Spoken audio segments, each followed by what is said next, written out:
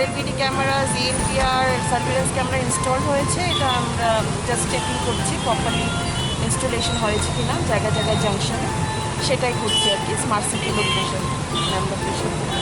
Madam এই যে jam অনেক সময় দেখা যায় জ্যাম বা এরকম এই যে ট্রাফিক পরিষেবাটা কি ম্যাডাম আগামী দিনে কি মানে কীরকম? ইমপ্রুভ হবে, যেহেতু স্মার্ট সিটি যখন চালু হবে নিশ্চয়ই ইমপ্রুভ হবে। লোকদের আরও সতর্ক থাকতে হবে।